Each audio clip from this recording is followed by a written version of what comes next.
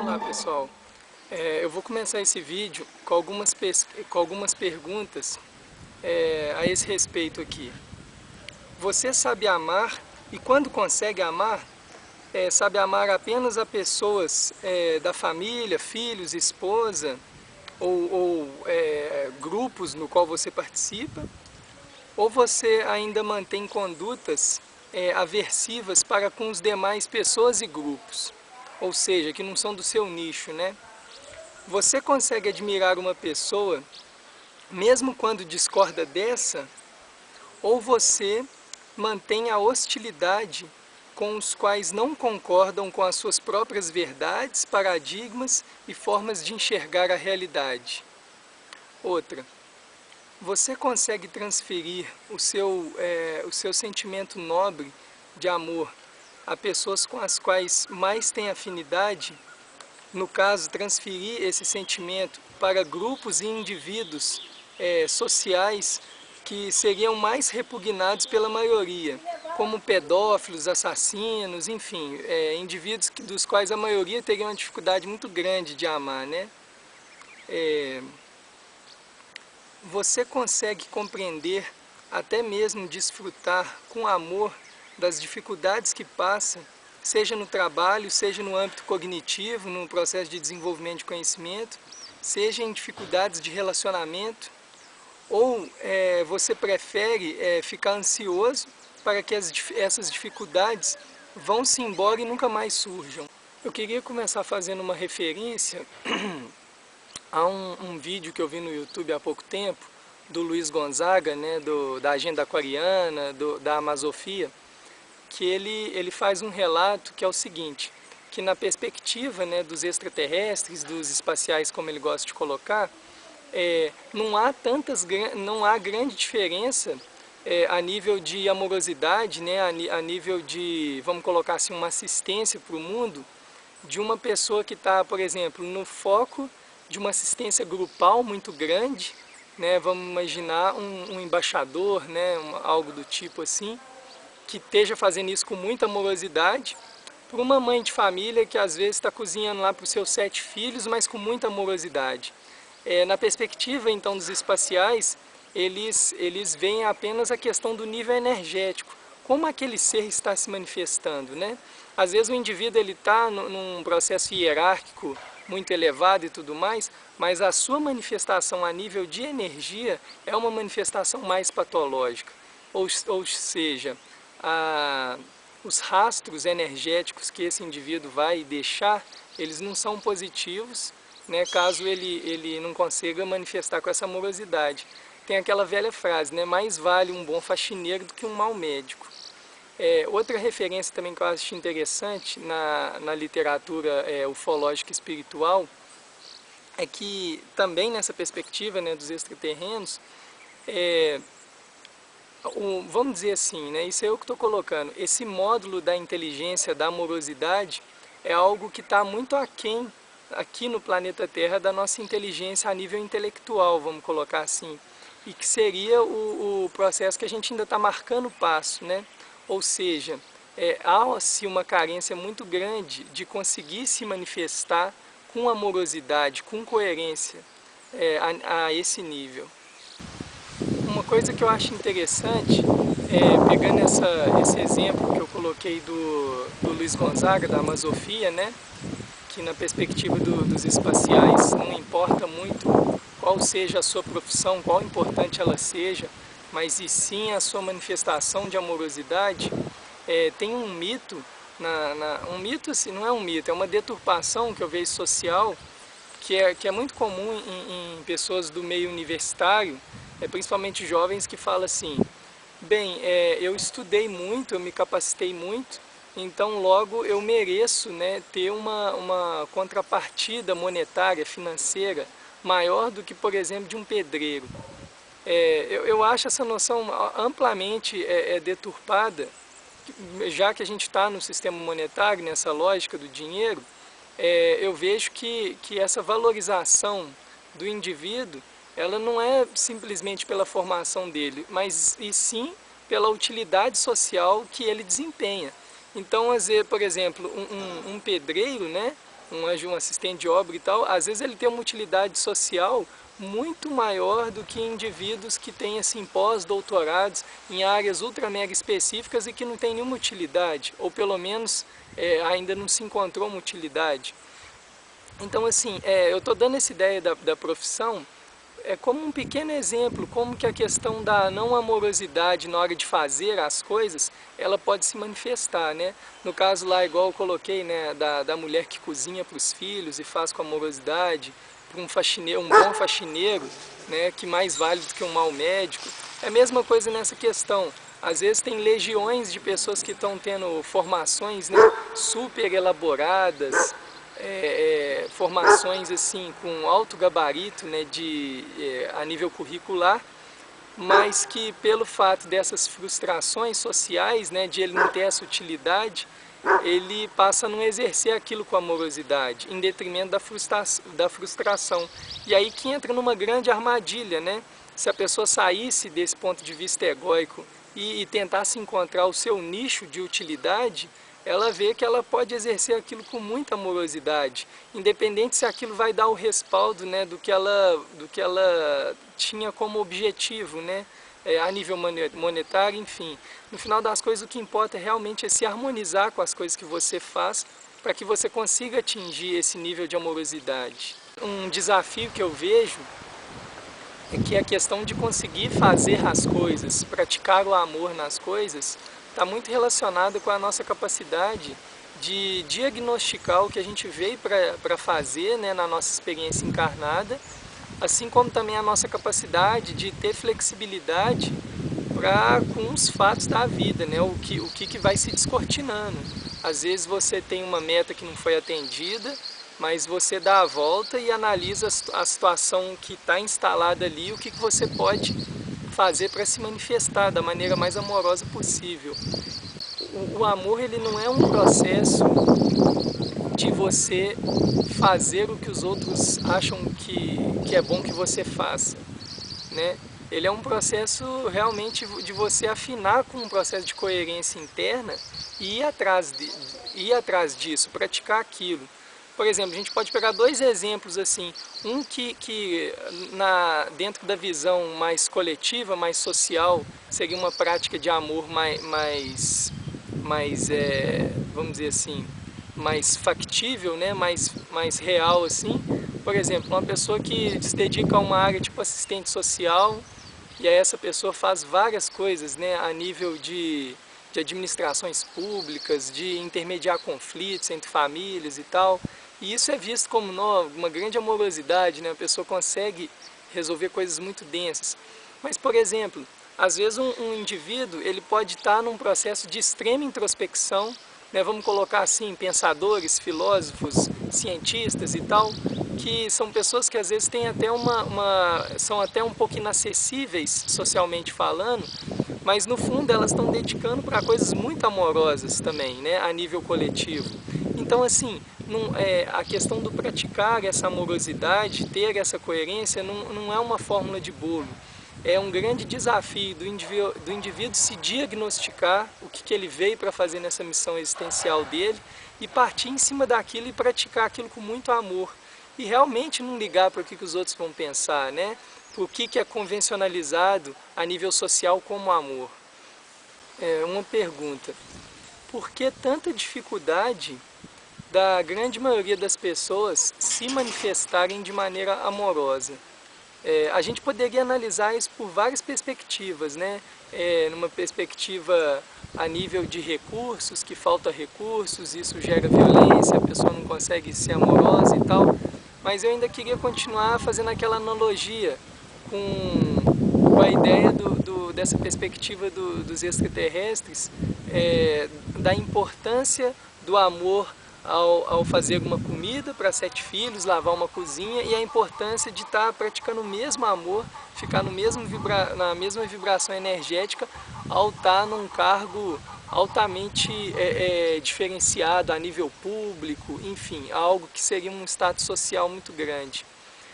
Uma questão que eu vejo é um paradigma que é colocado dentro da nossa sociedade da importância de estar num status quo, né, de estar numa figura do poder, numa figura de liderança. E o indivíduo vendo aquilo, né, tal, ele inculcado por esses valores, ele quer também ser um grande líder, né, ele quer ter um grande prestígio social, um grande valor social, então ele vai com tudo em cima daquilo. E o interessante é que a maioria não consegue.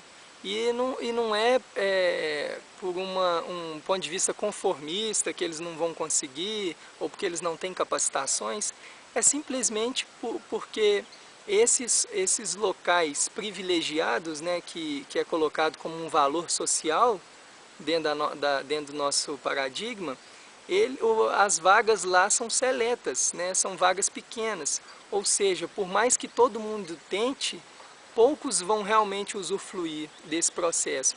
E assim, se a gente for pensar a nível global, a gente vai saber que muitas das grandes lideranças, dos grandes poderes corporativos, são processos que estão acontecendo de gerações a gerações, de famílias que já detêm aqueles poderes, enfim. Mas o que acontece nessa perspectiva? O indivíduo, o fato de ele não ter conseguido atingir aquilo que o seu paradigma colocou como um ideálico, ele passa a se manifestar de uma maneira frustrante. E esse se manifestar de uma maneira frustrante vai gerar esse processo da não amorosidade. Ele não vai estar fazendo com amor o que ele esteja fazendo ali, pelo fato de ele estar se sentindo subnivelado, né? Ele está numa condição social que não foi a que venderam para ele, que ele deveria estar, né? E aí o rastro energético de manifestação dele passa a ser uma manifestação de não amorosidade. E aí que eu vejo que é a grande armadilha, quando a gente cai nesses valores sociais, de que realmente o importante é que nós sejamos grandes líderes, grandes empresários, grandes qualquer coisa, né? Esse que é o grande problema que eu vejo da questão. Dentro da minha perspectiva, né, se a gente muda o foco desde o início e se conecta com qual é a minha realidade, o que dá para eu estar fazendo aqui nesse momento. Enfim, você quer ser um grande líder, mas hoje você ainda não é. Mas o que nessa realidade aqui eu posso contribuir, eu posso compartilhar, eu posso crescer e fazer os outros crescerem junto. Aí sim, você se conecta num nível de vibração que não importa qual seja, né, a sua camada social. Você pode, igual eu coloquei, né, o mais vale um bom faxineiro do que um mau médico. Você pode estar simplesmente fazendo aquela atividade e que a sua vibração, a sua energia seja de amorosidade. E o amor em si, né, dentro da minha perspectiva, eu vou tentar ilustrar 3 exemplos aqui que eu vejo, que é o seguinte: o amor, ele nada tem a ver com a questão de você ser bom para o outro na perspectiva egóica dele, ou seja, você ser bom para o que o outro está querendo. Um exemplo simples é quando a gente entra no processo de dar esmolas, fomentando aquele processo vire uma profissão para aquele indivíduo, né? Ou seja, você num lugar de ensinar ele a pescar, você está dando peixe. Outro ponto, o amor, dentro como eu vejo, ele não tem nada a ver com a tolerância, né? A tolerância no sentido de você falar sim, quando na realidade você é invadido e você deveria dizer não. O amor, ele não tem nada a ver com um processo de você assumir responsabilidades que na verdade seria o outro que deveria assumi-las, né? Isso é muito comum na área da saúde, na relação paciente-terapeuta, paciente-médico, né? Quando o indivíduo, ele ao ir na sua clínica, né, consultar contigo, ele não só te transforma como uma muleta para a saúde dele, como ele transfere para você toda a responsabilidade pela saúde dele. Ou seja, quando você dá dicas, né, e mostra o quadro clínico e tal, e coisas que ele deverá então se enfrentar para que ele saia daquela condição, ele opta por outros mecanismos, né, terapêuticos, por exemplo, tomar um remédio e tal, algo que, se caso ele não melhore, ele pode transferir aquela responsabilidade para quem esteja cuidando dele. Mas o fato de ele mudar comportamentos, mudar hábitos alimentares, enfim, muitas vezes ele não banca esse processo. Outro ponto que eu não considero amor essa noção muito deturpada no campo da afetividade sexual, né? Quando o indivíduo ele só sabe dizer eu te amo, né, para a parceira afetiva dele. Esse amor exclusivista, né, que você destina a uma pessoa, esse amor é um amor muito egóico e, na minha opinião, não tem nada a ver com amor, né? Amor eu vejo como a perspectiva de você amar o bonito, você amar o feio, você amar o mendigo, você amar o ladrão, o assassino, o pedófilo, amar todas as classes sociais, inclusive do mais coerente ao menos coerente possível, né? Esse amor de casalzinho eu vejo que é um amor muito piegas. Ele reflete muitas vezes uma necessidade de ganho, secundário que vai ser advinda dessa relação afetiva sexual, mas que nada tem amor. Porque se o indivíduo realmente fala eu te amo de uma maneira exclusiva, e em relação às outras coisas, ele consegue estar praticando esse amor, né? Sendo assim, o amor, na minha perspectiva, é quando você entra num padrão vibratório de querer o melhor para o outro, por mais que esse melhor você nem saiba o que seja. E o melhor que eu estou colocando aqui é numa perspectiva evolutiva, não é o melhor de querer que o outro fique rico, que o outro fique, né? Não é melhor de nada nesse sentido, é melhor de o que é mais importante para aquele indivíduo evolua, né? No sentido espiritual da palavra, assim. Então, sendo assim, não é uma perspectiva de ganhos secundários. Você não ama no objetivo de que aquilo vai te trazer algum benefício, né? E você não ama também por existir uma série de normas, de condições para aquele amor seja manifestado. Essa ideia do amor incondicional, ela faz muito sentido. É porque mesmo quando você não há consenso entre as partes, né, você não concorda com o indivíduo, é um grande desafio, né, praticar o amor por esse indivíduo. Ou seja, não é porque ele tem X características ou porque ele se manifesta de tal maneira que você vai amá-lo. Você vai amá-lo simplesmente porque não só ele, como tudo no universo, você quer que se otimize da melhor maneira possível. Respeitando as diferenças, né, que ocorram. Igual, por exemplo, na hora de fazer esse vídeo aqui. É uma coisa que eu acho muito interessante, essa perspectiva do amor.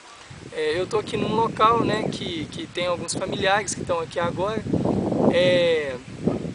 E na perspectiva de um deles que está aqui, o interessante é eu estar nesse momento me envolvendo em trabalhos braçais e tal, porque isso é a perspectiva na qual ele se sente útil e que ressignifica o fato de ele estar aqui e vamos colocar assim, e liberar energias amorosas, né? Para que ele se manifeste, enfim.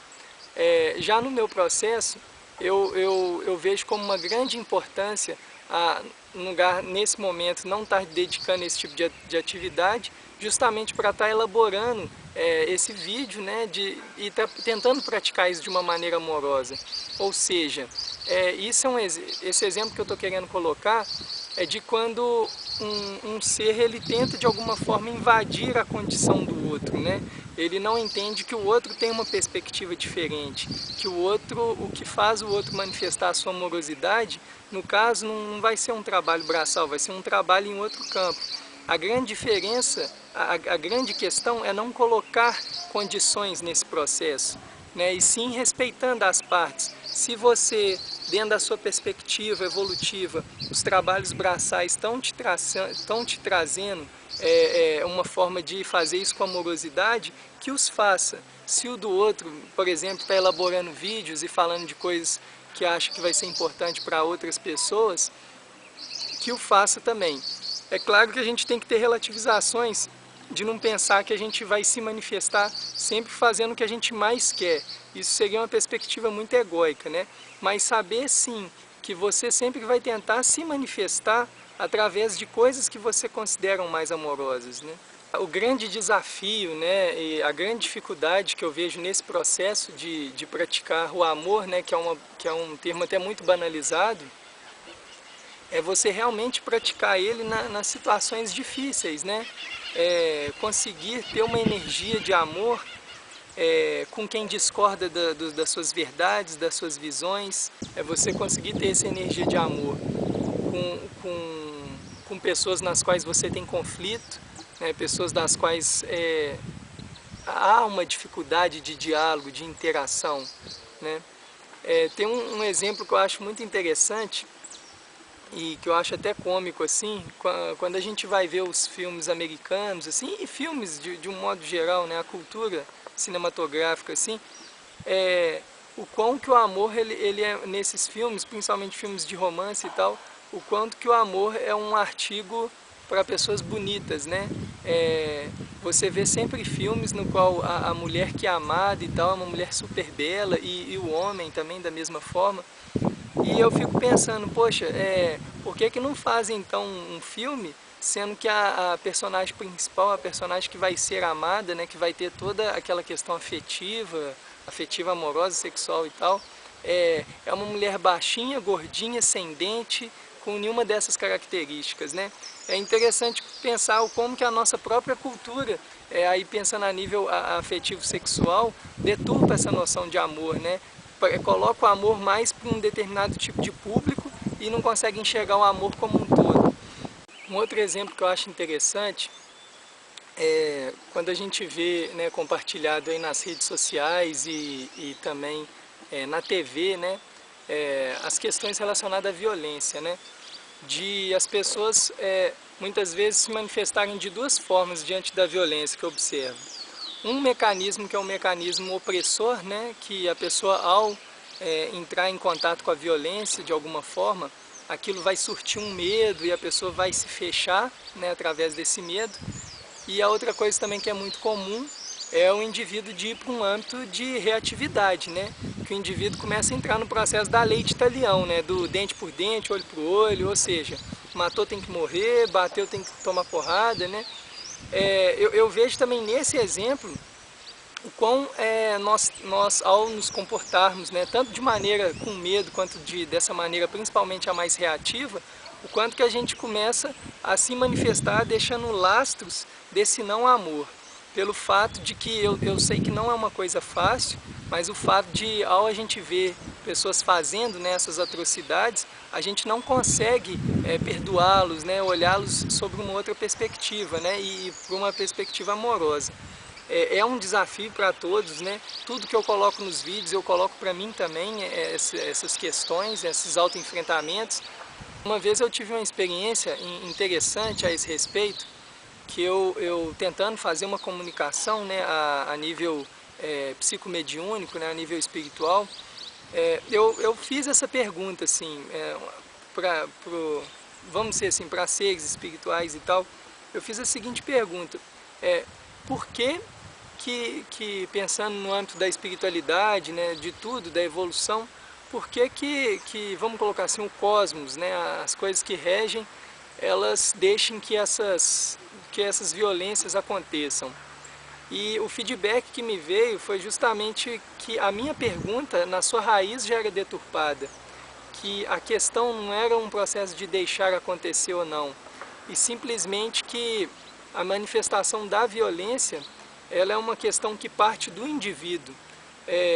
A espiritualidade, o cosmos, eles não torcem para que a violência se torne uma ferramenta evolutiva, né, para que nós aprendamos a evoluir através desse sofrimento, dessa violência, nada disso. Que na verdade o indivíduo que ainda está praticando, né, esses comportamentos de reatividade, de violência, ele está dando, vamos colocar assim, um passo para trás no processo evolutivo, né, ele está se jogando a um processo mais instintivo. Eu acho muito interessante uma frase que a minha avó falava que sintetiza muito isso, né? Deixa o mal para quem faz, né? E sendo assim, deixa o mal para lá e continua lastreando a sua manifestação de uma maneira amorosa. Não vá carregando essa raiva, né? Esses conflitos, essas vontades de vingança dentro do seu processo. É interessante pensar que isso pode parecer muito metafísico e tal, mas eu levanto essa hipótese e para mim faz muito sentido que se nós conseguíssemos de fato, a nível global, se manifestar pensando mais em amor, em fazer amor do que realmente nessas reatividades, para os próprios indivíduos que tivessem essa intenção, né, de violência e tal, eles teriam mais dificuldade de praticar isso. Eu não tenho dado aqui agora o artigo, porque são coisas que eu já li há muito tempo, mas existe até uma pesquisa que foi feita pelo FBI nos Estados Unidos, no qual eles colocaram uma série de pessoas, acho que na época era até da linha do yoga e tal, que faziam meditações, numa região, numa zona de conflito, que existia muito tráfico de drogas e tal, e que esses indivíduos passariam a percorrer essa região com os melhores pensamentos, jogando as melhores energias possíveis. E ao eles fazerem isso durante um determinado tempo, eu não lembro quanto, se era 6 meses e tal, não só os focos de violência, de tráfico de drogas diminuíram, como os agentes que eram causadores desse processo, ou seja, os traficantes e tal, eles pararam a não frequentar mais esse ambiente, eles se deslocaram para outros pontos. Ou seja, porque o nível vibracional que foi criado naquele campo já era incompatível com esse nível de violência, de reatividade, de conflito que eles estavam fazendo. Tem um outro dado também, que eu acho muito interessante, que tem uma tribo, também não me vem o exemplo aqui de onde eles são, que eles têm um ritual que era muito interessante assim. Quando eles queriam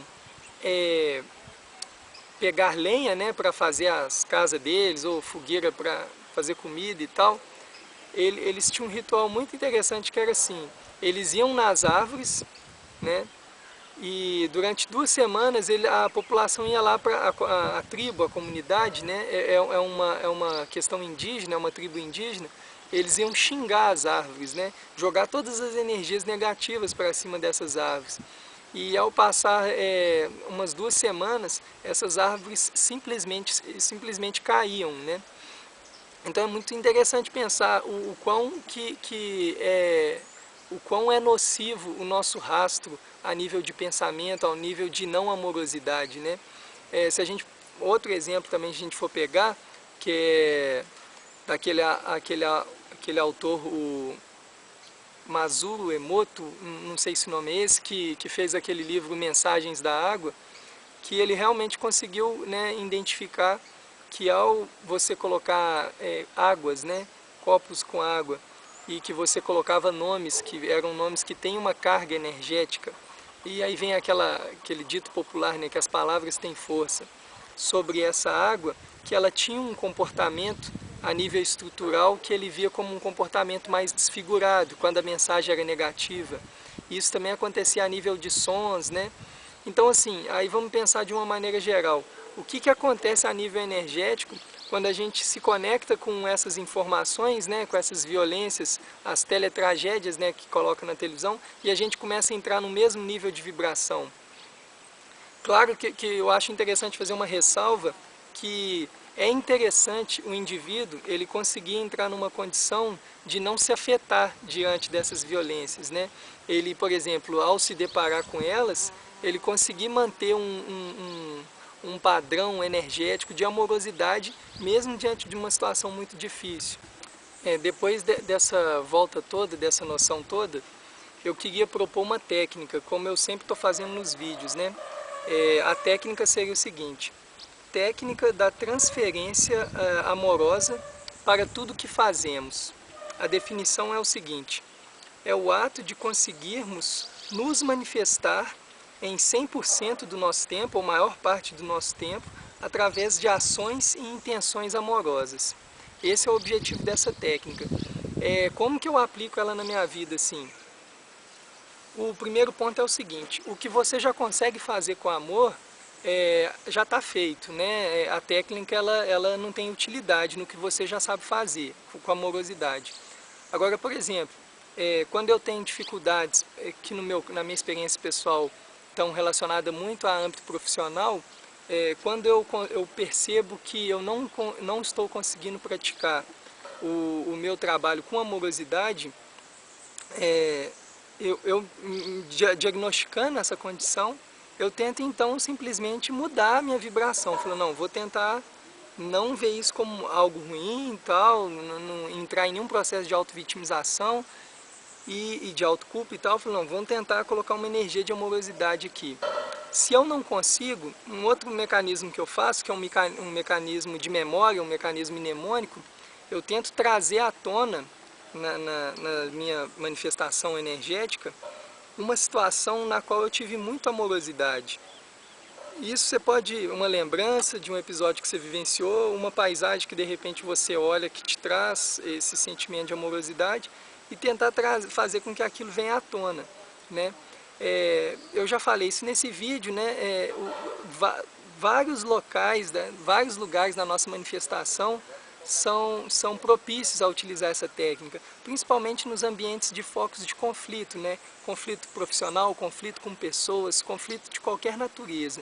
Toda vez que você perceber que a sua manifestação não está vibrando com essa amorosidade, tenta resgatar essa amorosidade que já foi adquirida em alguma coisa ou que você lembra de alguma coisa e colocar a sua manifestação para que ela não fique com aquele rastro, né, de não amorosidade e para que ela se manifeste. A amorosidade vai acontecer ali de alguma forma. Tem uma armadilha que eu vejo na aplicação dessa técnica, né, de você conseguir se manifestar na maior parte do tempo com amorosidade, que é justamente quando você entra numa noção que na minha visão é deturpada, que você só vai conseguir ser amoroso com aquilo que é idealizado, com um objetivo que foi perseguido e conquistado, né? É um fato que é muito prazeroso e é muito interessante quando a gente consegue observar pessoas que realmente estão bastante conectadas com o que estão fazendo e conseguem ser muito amorosas, mas a gente não pode cair nessa armadilha, né, nessas deturpações, que nós não vamos conseguir praticar a nossa amorosidade quando os nossos objetivos não foram conquistados. Pelo fato que a frustração, ou seja, a não idealização dos objetivos como um todo, ela é um fato, é uma experiência que todos vivenciamos, né? Você pode pegar exemplos assim das pessoas que resolveram até a questão da sobrevivência, né? Que não tem mais nenhuma coisa em âmbito material como dificuldade, mas que uma série de coisas elas não conseguem realizar. E outros exemplos, pessoa que queria evoluir um lado espiritual ali e que também não conseguiu. Ou seja, a frustração faz parte. A frustração e a não realização de objetivos, ele não pode ser um sinônimo para que você não consiga se manifestar de maneira amorosa. E sim que a sua manifestação amorosa, ela consiga ter respaldo no aqui e no agora, na condição atual, com todas as limitações ou com todas as facilidades, com todas as realizações ou com todas as frustrações. A manifestar-se de maneira amorosa não é uma postergação, é um objetivo do aqui e agora. Um exemplo que eu quero pegar é uma situação hipotética, mas vamos imaginar uma criança que nasce na Etiópia, com todas as faltas de recursos, né, no âmbito material que a gente sabe que acontece com esse povo. E esse indivíduo, o sonho dele é ser astronauta da NASA. Não estou dizendo que a possibilidade é impossível, mas muitas vezes é uma idealização que ela é muito pouco funcional para aquela realidade. E se esse indivíduo idealizar que ele vai só se manifestar com amor, né, mesmo que isso não seja consciente no processo dele, mas através dessa realização, esse indivíduo ele tem chances e um percentual muito grande dessas chances de se frustrar e de o seu lastro energético de manifestação for de não amor, em detrimento dessa alimentação, né, da melancolia, da angústia de não ter conseguido realizar.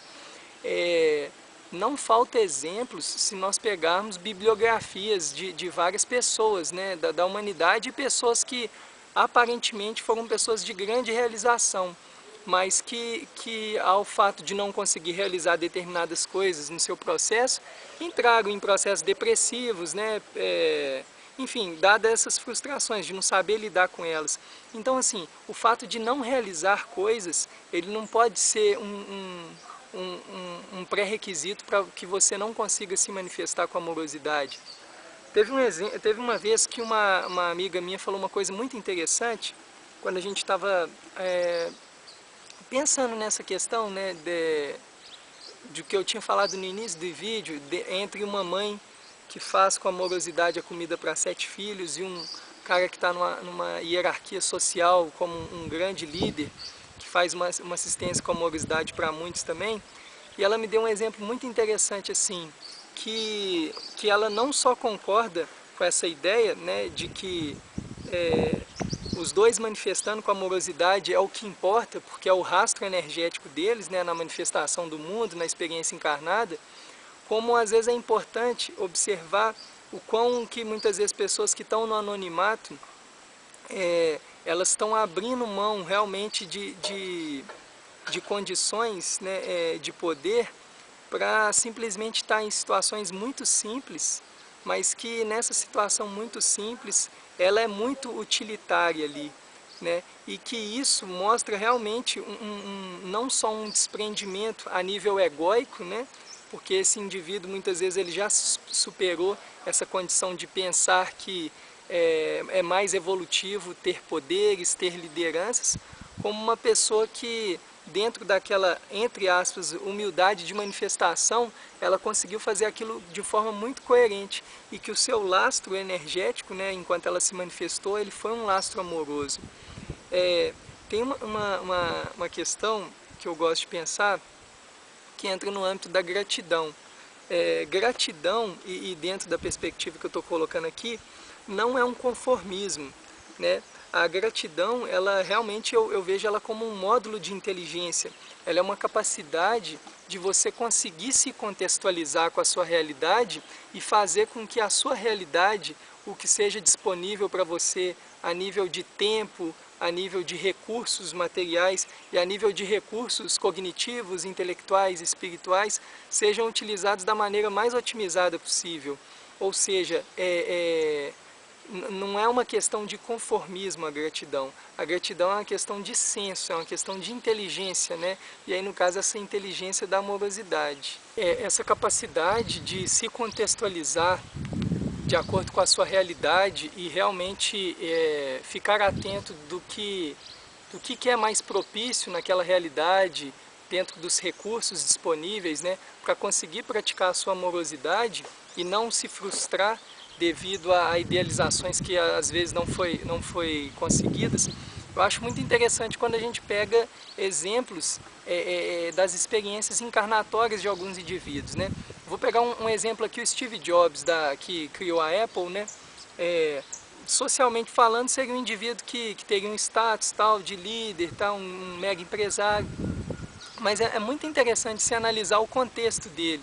O fato de um indivíduo ter encarnado justamente ali na região do Palo Alto, no Vale do Silício, que foi a região onde implodiu, né, o processo da revolução técnico-científica na década de 70, não foi à toa de um cara daquele, com aquelas ideias, estar contextualizado naquele momento. É totalmente diferente, né, de um indivíduo na década de 70 que teria as mesmas ideias, as mesmas vibrações, tentando praticar aquela revolução.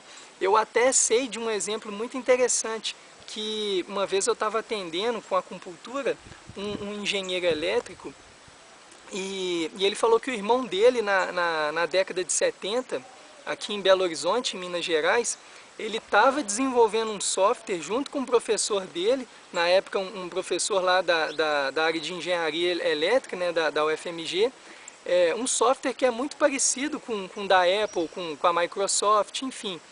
E que eles fizeram um trabalho, de fato, podemos falar assim, que estavam muito conectados, né, com essa realidade técnico-científica, mas que não tiveram, socialmente falando, o respaldo que o Steve Jobs, que o Bill Gates, que esses caras tiveram.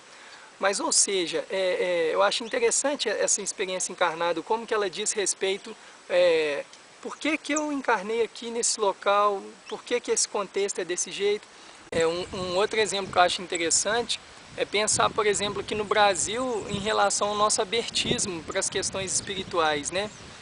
Pelo fato de aqui nós vemos que existem grandes médiums parapsíquicos, pessoas com desenvolvimento psicomediúnico, pensadores nessas linhas espiritualistas, e até também na questão da ufologia espiritual e da ufologia como um todo, e nessas ciências paralelas também, parapsicologia, enfim. indivíduos que atualmente estão encarnados nesse contexto, que se, por exemplo, tivessem encarnados em contexto como o Oriente Médio, provavelmente muitos seriam exterminados, né, por estar começando a trazer à tona esses tipos de questões que estão se descortinando, que estão crescendo cada vez mais e ampliando a nossa visão sobre um paradigma fisicalista, mecanicista, enfim, que não atende de uma maneira completa o todo das percepções que nós já estamos tendo disponíveis, né? Finalizando, encarando o amor como uma perspectiva de uma inteligência, um módulo de inteligência no qual a gente deve desenvolver, né, o desenvolvimento dessa inteligência amorosa, eu vejo a grande utilidade dele por perceber, e na minha experiência própria, ver que a maior carência que nós temos a nível de humanidade, praticar ele através dessa técnica proposta, eu vejo como uma coisa bastante interessante, pelo fato de nós conseguirmos transformar toda a nossa manifestação através de técnicas, para que essa manifestação nossa seja cada vez mais amorosa e que nós não deixamos rastros na nossa manifestação com energias que não sejam de amorosidade.